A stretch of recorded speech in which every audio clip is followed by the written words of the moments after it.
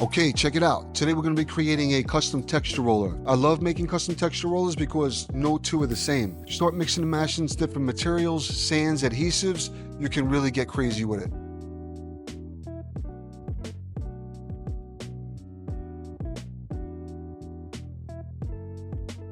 So for the pointing trowels, I prefer the 5.5 over the 6. Just that 1/2 inch gives me a little more maneuverability when I'm kind of carving some flakes. And if you examine both pointing trowels, the 5.5 seems to have a better, I think, kind of an arcing angle. As you can see on the 5.5, I'm using that bottom edge as I like that profile and angle.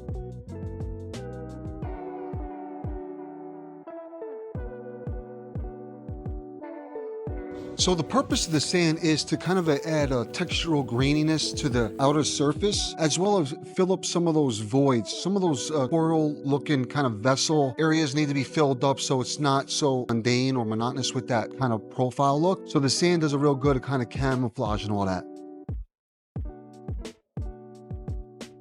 For this roller, we're using a medium sand. If you're gonna use a bigger sand particle, you're gonna probably wanna use a thicker coating of truck bed liner so that sand particle becomes suspended in that medium and adhere to the roller.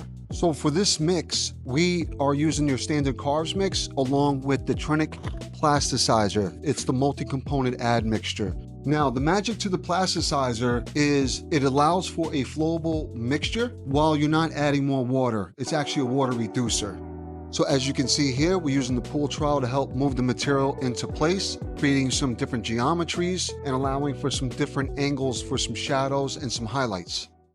So once you get your material in place and trowel it in, then you could wet down your texture roller so the cement or mortar in this case won't stick to the roller too much. And then you're gonna wanna roll directionally, different patterns, different directions so you don't maybe get a repeating pattern.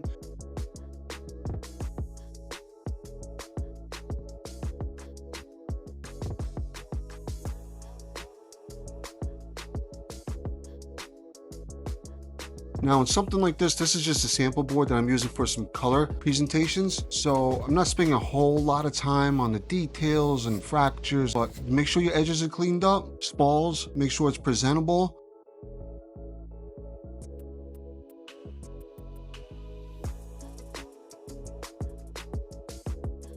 If you notice in the beginning when we were putting the material onto the substrate, we were letting it flow over the edges. This makes sure that the edges are encapsulated. And then what we do towards the end, we're gonna go ahead and trim those back.